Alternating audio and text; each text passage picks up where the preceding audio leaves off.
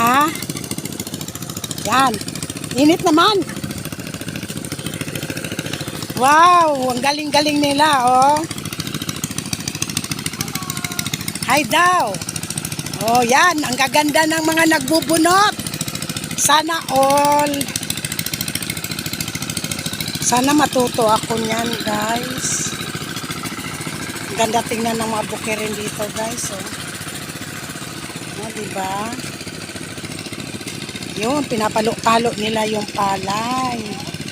Ayan, yan ang supervisor na palakad-lakad lang. Ayan siya. Ang laking tao.